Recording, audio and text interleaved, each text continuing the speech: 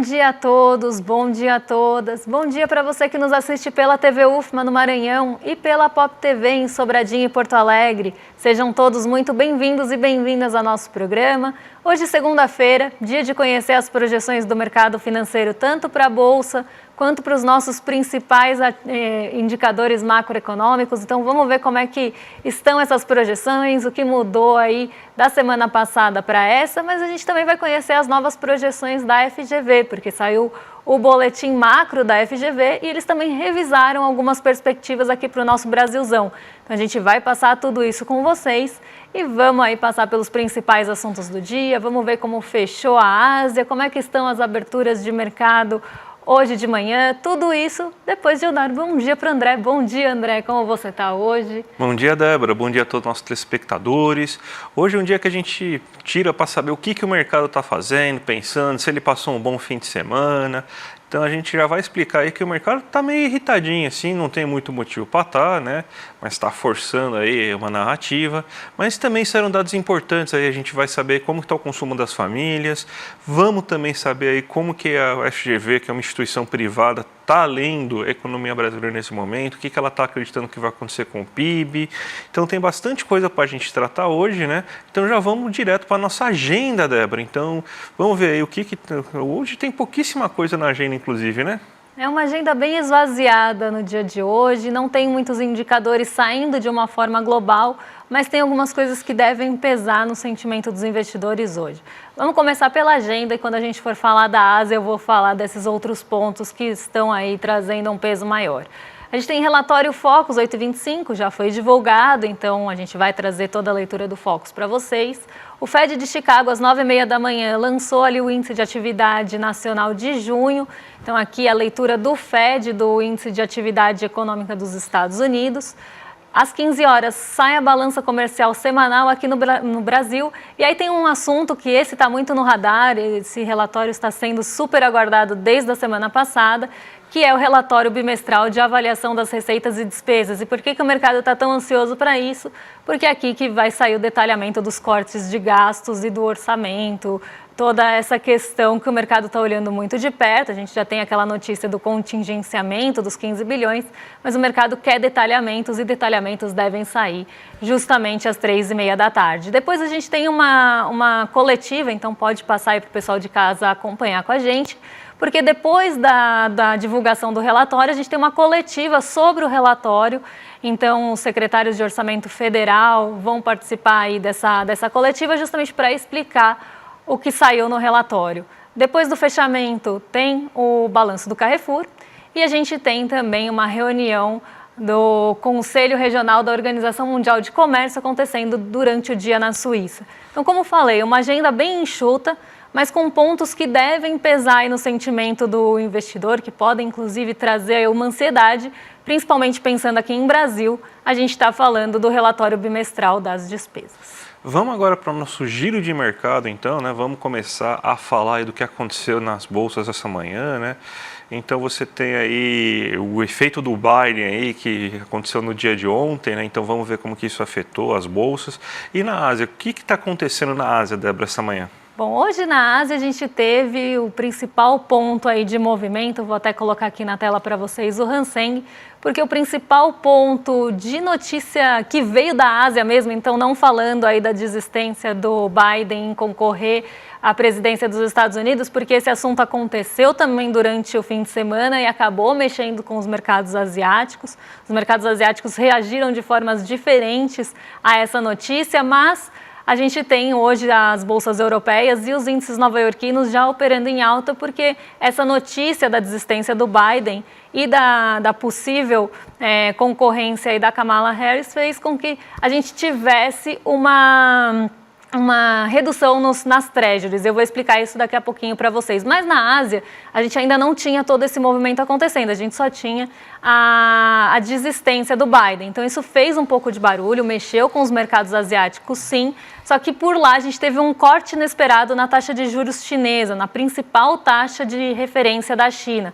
Isso porque depois da reunião ali do Partido Comunista que aconteceu na semana passada e toda aquela ânsia por estímulos também que se tinha entre os mercados, então a gente teve desaceleração da inflação ao produtor, desaceleração da inflação ao consumidor, o PIB veio abaixo do esperado e alguns indicadores chineses também acabaram mostrando um pouco de desaceleração. Então o mercado estava bem ansioso por novos estímulos na China. E a China acabou divulgando um estímulo por meio de taxa de juros, claro que não é um efeito imediato, mas que não estava sendo esperado, não estava no radar. Então, hoje de manhã a gente tem o anúncio de 0,10 ponto percentual de corte na principal taxa de juros da China, e isso traz um ímpeto também para os mercados asiáticos. Então, o Hang Seng, que está aqui na tela, né, com a alta de 1,24% nessa manhã, ou madrugada, como preferirem, acabou respondendo muito a isso, porque o Hang Seng ele é um setor, tem dois setores bem sensíveis a juros dentro da sua composição principal e que tem bastante peso na composição do Hang Seng. São eles, setor imobiliário,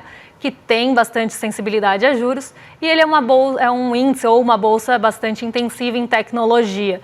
Então, também bastante sensível a movimentações de juros. Então, o Hang Seng acabou indo até um pouco na contramão do restante da Ásia. A gente vai ver que outros indicadores acabaram ficando no terreno negativo, mas o Hang Seng subiu aí 1,24, respondendo a esse fator mais local de Ásia, que deve também trazer aí alguma movimentação para a nossa abertura aqui. Vamos para o Brasilzão, então, agora que a gente tem notícias aí da FGV aí mostrando, né, um boletim macroeconômico para atualizar o que eles acreditam que vai acontecer com a economia aí, do Brasil nesse ano, né? Então, primeira coisa importante que esse boletim mostrou aí foi que eles estão acreditando que o impacto das enchentes no Rio Grande do Sul vai ser menor do que aqueles que estava sendo projetado anteriormente. Então, com isso, conseguiu melhorar a projeção do PIB para esse ano. Então, agora chegando em 2,2%, mais próximo, por exemplo, do que aquilo aí que o Ministério da Fazenda, nas suas projeções oficiais, segundo o Boletim Macrofiscal, acredita que vai ser do PIB esse ano, né? O Boletim Macrofiscal está mostrando um crescimento aí oficial do governo federal de 2,5%. Então, vamos ver agora, eu montei aqui uma arte para vocês, para a gente conseguir ver aí onde que vai ser esse crescimento, então o que vai puxar. Então a gente já tem a projeção para o segundo semestre, para o segundo trimestre e também para o ano de 2024. Então, acredita-se que nesse segundo trimestre o Brasil vai crescer 0,7%. Anteriormente estava sendo esperado 0,5%, segundo esse relatório aí da GV. E agora está sendo esperado esse 0,7%, o que daria no final de 2024 um crescimento de 2,2%. O consumo das famílias, que também inclusive é um dos próximos pontos que a gente vai falar, vai ser um dos carros-chefes para isso, né, se a gente olhar pela ótica das despesas, né, que vai crescer mais 0,2% aí, com uma atividade econômica bem forte aí que a gente está vendo aí na situação urbana, né? Então serviços, comércio está crescendo bastante aí nesse segundo trimestre, segundo trimestre, exatamente, é isso. E fazendo com que no ano você tenha um aumento de 2,9% do consumo das famílias em comparação ao ano anterior. O consumo do governo deve cair nesse segundo trimestre, inclusive porque você já estava tendo uma realocação aí de alguns cortes de gastos, alguns gastos menores aí acontecendo, justamente aí para tentar acomodar a questão fiscal ao novo arcabouço fiscal, mas mesmo assim o consumo do governo deve aumentar em 1,5% esse ano em comparação com o ano anterior. Os investimentos, ou seja, o que as empresas estão querendo montar agora para colher no futuro, vai ter uma alta bem considerável esse trimestre, de 1,9% segundo estimado pela GV, e fechando o ano em 4,8% nesse momento. Então você tem aí um bom ritmo de atividade econômica. A gente tem então as exportações crescendo também 1,9% em comparação ao último trimestre e chegando agora em 4,8% no ano, e as importações subindo 7,6%, chegando a 8,1% de aumento no ano. Então, e essas importações estão correndo muito puxados aí por bens que estão sendo utilizados para investimentos. Então esse aumento das importações está muito ligado também com esse aumento dos investimentos.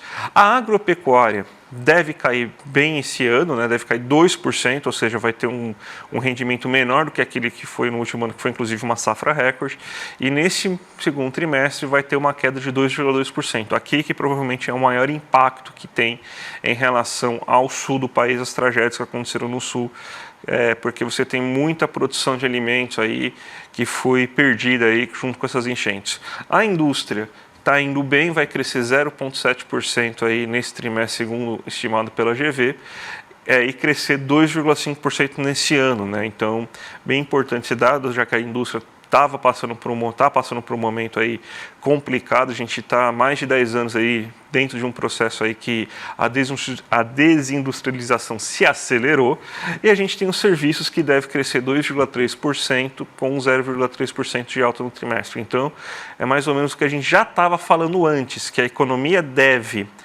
crescer mais voltada com consumo de famílias, investimentos e setores urbanos, e o setor agro sendo um setor aí que perdeu espaço esse ano por causa de questões climáticas, a questão do sul também nesse balaio aí todo. Então, mais um dado aí mostrando que a economia deve surpreender todas as expectativas que a gente tinha no começo do ano, que a gente esperava um crescimento bem mais moderado, próximo de 1,5%, e a gente já chegando em 2,2% em algumas estimativas, Débora. E falando em consumo das famílias, já vamos puxar o gancho para o nosso próximo assunto aqui, porque hoje, na verdade, na sexta-feira saíram os dados de intenção de consumo das famílias. Esse dado é feito essa pesquisa, na verdade, é feita pela CNC. E a gente teve queda aqui está julho, tá, gente? Mas é a divulgação de julho referente a junho. Então, a gente teve queda de 0,2% em relação ao mês passado, então, em relação ao mês de maio. E a gente teve ali melhor em relação ao ano passado. Então, vamos ver como é que ficaram aí os índices de consumo das famílias, porque eles vêm recuando nesse ano. Então, aqui é a intenção de consumo, se as famílias pesquisadas têm intenção de consumir mais. E a gente vê que ela vem numa crescente até janeiro, que atinge 105,9 pontos, e depois tem uma queda ali para 102,2 pontos, que é a medição de junho, a medição mais atualizada aqui.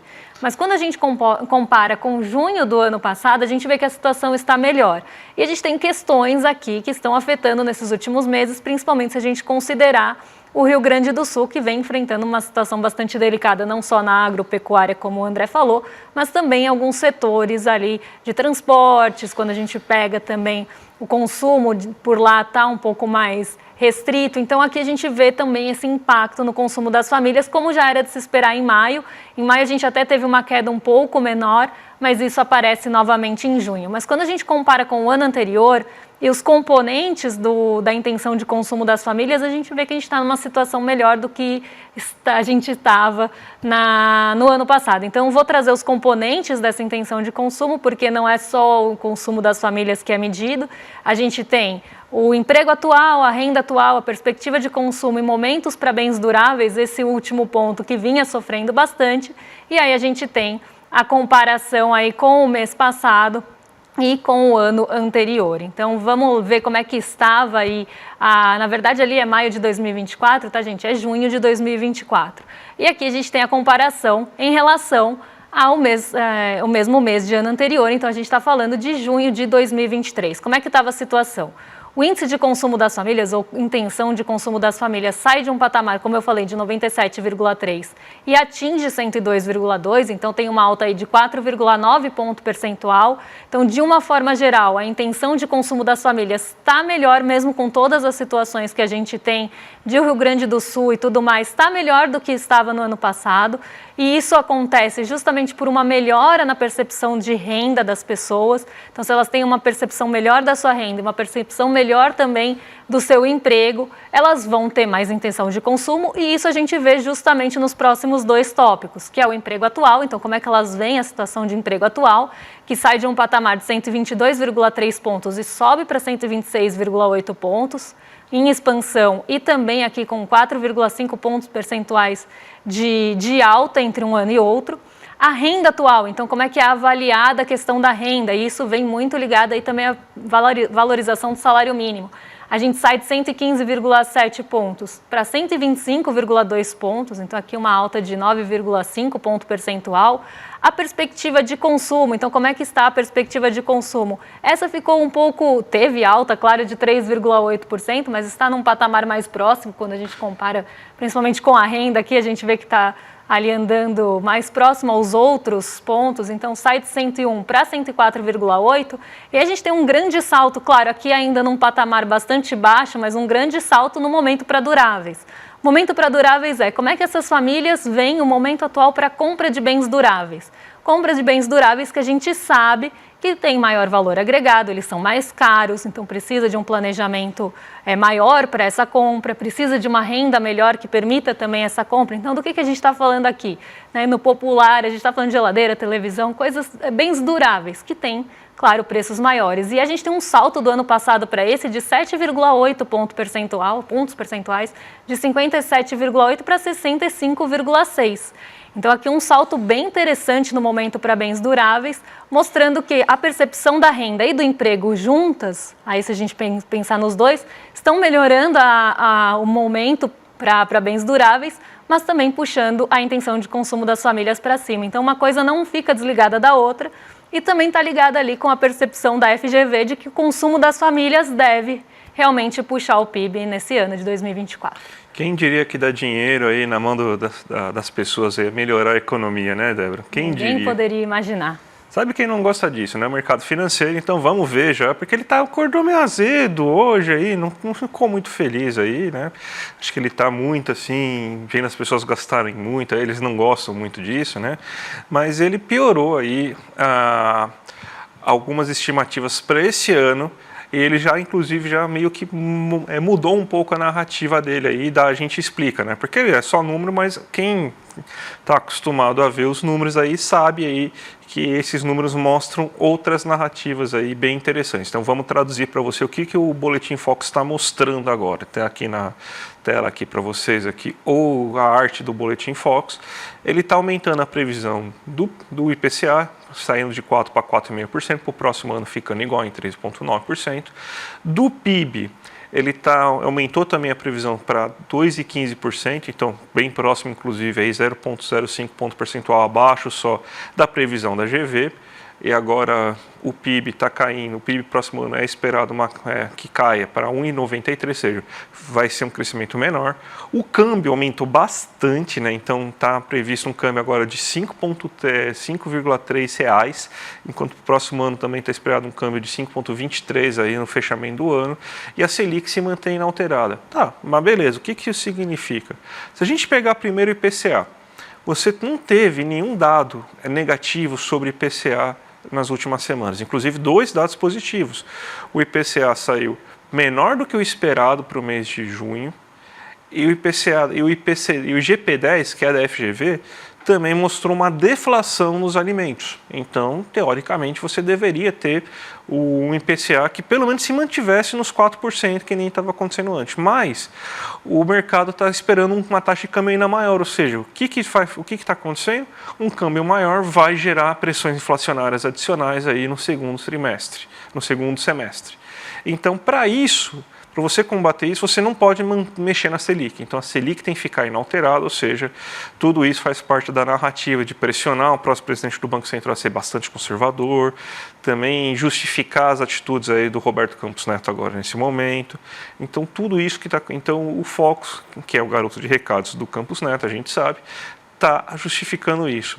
E na parte do crescimento, ele falou, não, o Brasil pode até crescer mais aí do que esperado agora, mas vai crescer puxado por riscos fiscais, vai estar crescendo puxado aí porque está gastando muito, e isso aí vai começar a prejudicar o crescimento do próximo ano. Então, por isso que você está vendo aí uma situação cada vez de maior queda aí do PIB aí, então, que estava em 2% algumas semanas, já está em 1,93%, e a tendência é que o mercado reduza cada vez mais a previsão no próximo ano. Então, isso aí tudo também é uma narrativa. O governo está gastando muito, o que está aumentando a perspectiva de IPCA e também está aumentando a taxa de câmbio, então não podemos alterar a política monetária no curto prazo. Então, é isso aí que o mercado financeiro está dizendo essa manhã, Débora. E a palavrinha ou a composição de palavras risco fiscal já voltou aí faz algum tempo para as matérias de mercado financeiro. Isso tudo tem uma história, como o André estava explicando para vocês, que quer ser contada. Você começa a ventilar a ideia de risco fiscal, em uma semana que voltou a se falar em cortes de despesas e contingenciamento de despesas, mas o mercado não acha suficiente, inclusive ele achou os 15 bilhões de contingenciamento, de bloqueio pouco, falou que a Simone Tebet deixou em aberto a possibilidade de revisar isso. Então a gente vê essa narrativa voltando em uma semana muito importante que antecede, porque aqui a gente tem que pensar que o relatório Focus fechou na sexta-feira, antecede o relatório que ia ser divulgado com detalhamento das despesas e bloqueios que vão acontecer, despesas cortadas agora nas 3 horas da tarde. Então o mercado aqui ele também está querendo dar um recado de que quer que seja cumprido o arcabouço fiscal a qualquer custo e que caso isso não aconteça vai começar a trazer risco fiscal para o Brasil, aí tem que aumentar o prêmio pelo risco, então pode começar a mexer na Selic. Então a gente vê essa narrativa sendo construída ao longo do tempo, e não é de hoje, justamente para tentar ter ali a sua voz ouvida mais uma vez no mercado financeiro em uma semana bem importante aí para essas questões. Então vamos ver como é que vão ficar essas previsões, se vão mudar depois que sair o relatório. Vamos ver se muda também essa percepção do mercado, se ele para de falar nesse tal de risco fiscal, que ele voltou aí com bastante força a noticiar. E isso acaba entrando na mente das pessoas, mesmo que elas não percebam, elas estão repetindo essa ladainha toda. E o que o mercado está esperando aí para a Bolsa essa semana? A gente sabe que é o que ele está esperando para o Brasil, mas e para a Bolsa? Está 0 a 0, hein? 0 a 0 o mercado. Bem dividida a coisa aqui, viu? Porque o mercado não espera alta nessa semana e a gente sabe que é uma semana justamente para o mercado financeiro, que é fiscalista, eu estava tentando explicar isso até agora, eu acho que agora dá até para a gente fazer um gancho com isso, porque o mercado está muito ansioso para esse relatório de despesas que vai sair, né, de orçamento e tudo que sai hoje. Então, essa também pesquisa foi feita até sexta-feira. O termômetro da Bolsa ele é respondido até a sexta também. Então, isso mostra que o mercado ele tem uma certa desconfiança do que vem aí no relatório de despesas. Pode não agradar o mercado, porque nesse sentido fiscal, o mercado é muito difícil de ser agradado. A gente sabe que a lição é muito mais de casa, é muito mais cobrada quando a gente fala de um governo progressista. A gente já falou algumas vezes isso para vocês. E isso, essa expectativa de queda e estabilidade, pode ver que não aparece alta. Pode ser porque a gente teve 4 semanas seguidas de alta, aí a gente tem uma queda, um ajuste na semana passada que ficou bem perto de ser zerado, inclusive, mas a gente teve queda e a expectativa estava dividida aí entre a alta e a queda, a estabilidade estava aparecendo com um percentual muito menor e agora o mercado já está esperando uma semana ou de 0 a 0 ou de queda. Então o mercado não está esperando que a Bolsa vá para o terreno positivo, sofrendo ajustes ainda. Mas aqui a gente também tem nas entrelinhas justamente o mercado falando que se o mercado financeiro, o próprio mercado falando que se for desagradado em relação ao fiscal, isso vai deteriorar as expectativas para a Bolsa, nossa Bolsa vai cair, o dinheiro vai sair daqui, vai subir o dólar e a história a gente já sabe. Então isso aparece também no termômetro da Bolsa justamente por esse olhar tão próximo e essa lupa que está sendo colocada na questão fiscal. E a gente vê isso em várias matérias de mercado financeiro, então no termômetro da Bolsa não é diferente. E como que a Bolsa está abrindo agora, Débora? Vamos para a nossa abertura de mercado então? Porque ela está abrindo em alta, né? Está em alta porque a gente tem queda nas Treasuries e no DI futuro. Mesmo que a gente tenha toda essa ansiedade pelo relatório aí das despesas que sai às 3h30, o nosso juros não está descontrolado como estava na semana passada, que ultrapassou 12% em vários dias, ainda está acima dos 12%, né? Está com 12,6% de expectativa de juros para 2032, mas fechou na sexta-feira em 12,16%, justamente ansioso por esse relatório que sai hoje, e hoje esses ânimos estão um pouco mais acalmados, mas isso não vem tanto do fator doméstico, não.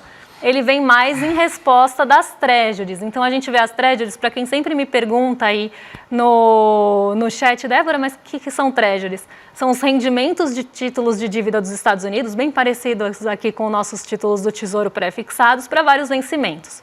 E aí a gente tem vencimento de 10 anos, que é o mais olhado, e a gente traz para vocês justamente esse. Então, quando eu falo em Treasuries, eu estou falando dos rendimentos de título de dívida dos Estados Unidos com vencimentos para 10 anos. E qual a expectativa dos juros lá? Que esses títulos estão pagando agora 4,22%, expectativa que os juros estejam nesse patamar em 10 anos. Tá? Mais ou menos essa leitura que a gente faz. E aí a gente tem a queda de 0,47% nas Treasuries, que avançaram na semana passada com a possibilidade do Donald Trump vencer as eleições dos Estados Unidos. Agora, com a chegada da Kamala, não se sabe como é que vai ser essa corrida daqui para frente, como é que vão ficar aí as posições e como é que vai ficar realmente essa corrida a partir de agora. Então, com a possibilidade diminuída dele vencer, as Treasuries voltaram a arrefecer. Isso porque o mercado tem uma desconfiança aí em relação ao Trump. Primeiro porque ele já teve algumas questões de atrito com o Fed, que é o Banco Central dos Estados Unidos, e porque as pessoas veem a política dele como possível inflacionária, o que elevaria o prêmio pelo risco. Uma leitura bem parecida, né? Parece que é um copia e cola, mas uma leitura bem parecida aí desse mercado fiscalista não muda nos Estados Unidos. Então, se tem uma possibilidade de inflação, vai trazer risco fiscal, vai aumentar o prêmio pelo risco e as treasuries vão subir. Então, a leitura é muito parecida, inclusive, mesmo considerando que é um país que emite dívida na moeda não só soberana, mas uma moeda internacional. Mas o mercado ele tem esse olhar fiscalista em qualquer lugar do mundo e isso já foi ventilado na semana passada. E agora, com a possibilidade dele ter uma possibilidade menor de vencer, as treasuries voltam a arrefecer. O Xangai Composto caiu 0,61, o Nikkei 225 caiu 1,17. Como eu falei, a maioria da Ásia foi para o terreno negativo e não reagiu da forma que se esperava ao corte de juros da China. Isso pode acontecer amanhã, então vamos ver como é que fecha nessa madrugada as bolsas asiáticas. E a gente vê o dólar aqui caindo bastante, né, 0,77%. E caindo muito mais do que o DXY, que está bem perto do 0 a 0, inclusive estava no terreno negativo, mas muito ali ligeiramente abaixo de zero. Então estava ali com queda de 0,01, porque o dólar ele se fortaleceu muito na semana passada em relação ao real, chegou a bater R$ 5,60 na sexta-feira e agora ele sofre um ajuste maior. Então, se a gente tem uma queda nas treasuries, entra mais recurso aqui no mercado emergente para buscar ganho, e como a gente teve uma alta na semana passada forte, o ajuste para baixo também acontece. Então, a gente vê aí uma queda de 0,80 no dólar. A bolsa sobe, as bolsas em Nova York também sobem, respondendo à queda nas treasuries. Então, queda nas treasuries, maior apetite pelo risco. E então, a gente vê isso acontecendo em Nova York também. E eu vou responder uma dúvida aqui da nossa audiência que apareceu algumas vezes. Débora, por que o Nubank está caindo tanto? Porque o Nubank hoje está caindo 5,70%, pelo menos até a última vez que eu olhei, estava com uma queda bem acelerada. E isso aconteceu porque o JP Morgan, depois de ele ter uma alta nesse ano, o JP Morgan ele reduziu, na verdade ele mudou a perspectiva para o Nubank, ele estava com recomendação de compra e agora vai para a recomendação de neutra. Então não é nem de compra nem de venda, é uma recomendação neutra em relação à ação. E aí a ação está despencando, justamente respondendo a essa mudança aí de recomendação do JP Morgan. Nada a ver com posts de Nubank, nada a ver com outros pontos que poderiam derrubar uma ação do Nubank? Poderia, mas o mercado não está olhando para isso, o mercado está olhando para lucro. Então, o que derruba as ações do Nubank hoje é a recomendação do JP Morgan de corte aí na recomendação do ativo. Débora, vamos falar aí do webinar, aí da super aula que o Edu vai dar aí no dia 28 de julho, aí, hackeando o sistema, para inaugurar a segunda turma do Empreendedor Mestre, né? Foi um sucesso Despertar Empreendedor. Todo mundo aí que participou lá falou maravilhas aí do evento, todo mundo adorou, né? Lotou a Vibra, né? Que é a maior casa de espetáculos aqui da cidade de São Paulo por 3 dias. E agora a gente vai estrear a segunda turma aí do Empreendedor Mestre, né? Então a gente vai um curso que todo mundo sabe que é Unisciência, métodos comprovados dos maiores especialistas de temas como marketing, finanças, gestão de pessoas e muitas outras competências para alavancar o seu negócio, fugindo aí das receitas prontas aí e dos coaches, né, dos coaches de fim de semana. Então, gente, vai valer muito a pena. Se inscreve aí pelo link, ó, iclmercado.com.br. E dia 28/7, às 8 horas da noite, vai tocar o sininho lá para vocês, aí vocês não vão perder essa aula aí, que tem tudo para ser a mais subversiva que o Eduardo já fez aí sobre negócios, Débora. Eu até entro comprada na ideia, esse é um jargão de mercado, entrar comprada quando você acredita que a aula do Edu de domingo vai ter muito mais conteúdo valioso do que um coach de fim de semana que manda você acordar mais cedo e fala que isso vence a pobreza. Então, assim, eu se fosse vocês, já deixava aqui garantida a inscrição para não perder essa aula. E vamos agora passar para nossos parceiros aqui, nossos vizinhos aqui, o Rolê ICL, né? Rolê ICL, hoje aí com o William De Luca e o Guga Noblar. E a gente volta amanhã, né, Débora? Voltamos amanhã. Fiquem com o Rolê, um excelente fim de dia ou restante de dia para vocês. Amanhã a gente está de volta. Um beijão. Um abraço, gente. Tchau, mais. Tchau, tchau. Quer aprender empreendedorismo de verdade? Comigo, com Rafael Donatiello, que é o CEO do ICL, com o Diógenes Luca, com o Rodrigo Mocotó, com a Patrícia Moreira, com a Nina Silva, com o João Paulo Pacífico, com o Ladislau Dalbar, com os maiores professores e professoras do Brasil. Nada de papinho de Instagram que você vai ficar rico da noite pro dia. Ciência de verdade, coisa que você pode aplicar e que dá certo no teu negócio. Notícia boa pra você, a gente vai lançar a segunda turma do programa Empreendedor Mestre. Primeira turma, um sucesso. Milhares de pessoas se inscreveram e hoje fazem parte da comunidade de negócios Empreendedor Mestre. A aula inaugural da segunda turma, gratuita, aberta, chama Hackeando o Capitalismo, título da aula, onde eu ensino todos os conceitos básicos para você poder sair aplicando logo depois da aula. Essa aula inaugural acontece dia 28 de julho, um domingo às 8 horas da noite. E já manda para todo mundo na sua empresa, para todo mundo na sua família, porque eu acho que todo mundo vai curtir bastante e você vai livrar essa turma desses gurus falsos de internet. Melhor coisa que você vai fazer. Um abraço e a gente se vê dia 28 de julho.